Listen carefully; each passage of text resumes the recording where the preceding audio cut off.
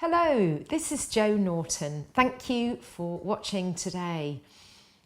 Have you been betrayed? Well, the chances are that the answer to that question is yes. Even Jesus promised in the scriptures, he said, brother will betray brother, and father his son, and so on. Betrayal is something that we probably all go through, but that doesn't make it easy. You know, trust is the glue that holds relationships together.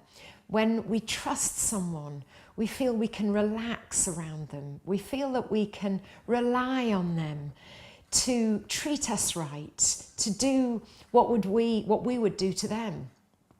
And so betrayal is this particularly painful experience where not only are we let down by someone, but we're let down by somebody that we trusted. And so it can shatter something on the inside. But the honest truth is, most of us just go through betrayal and then we try and dust ourselves down and just carry on.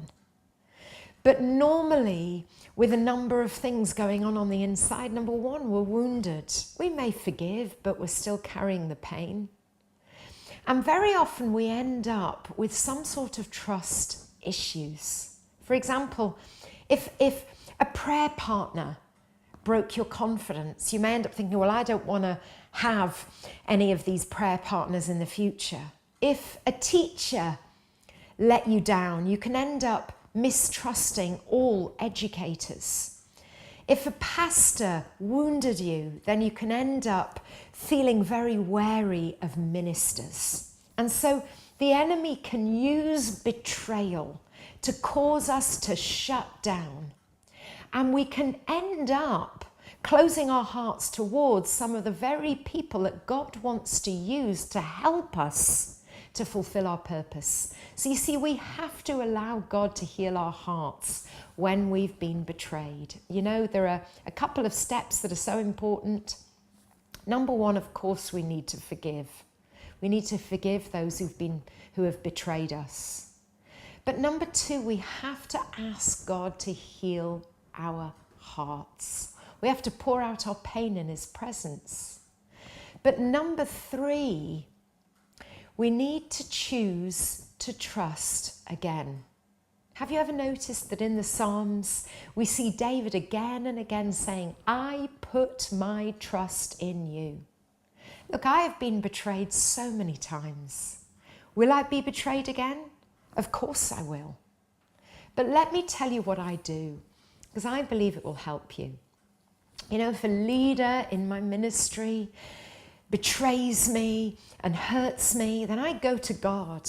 I forgive them. Then I go to God and I ask him to heal my heart. But then after that, I go and I tell God, Father, I choose to trust again. And you see, when our hearts are healed, we can trust others. How do we do that? Well, we trust others because we trust God. So my heart is in his hands, and I know that if I get hurt again, which of course I probably will, then he will heal me again. And as a result, we can enjoy life so much more. So if you've been betrayed, I want to invite you to allow the Lord to do a deep work on the inside. You know, if your betrayal has been very deep in marriage, in family, in ministry, then you really are going to need God to do a very deep work. But at least today we can start you on that journey. I would love to pray for you. Father, you see each one who's with us watching right now. Father, I pray that you would enable them to open up their hearts to you right now. Tell God what happened. Tell him how it hurt you. Tell him how it made you feel. Father, I pray that you would reach into that place of pain and bring your healing love, Lord. And Father, I pray that you would enable us to forgive those who have wounded us. And now I want to invite you just to make that decision before the Lord. Father, I trust you. And you know, as you get fully healed of those hurts, you'll find yourself able to trust others again.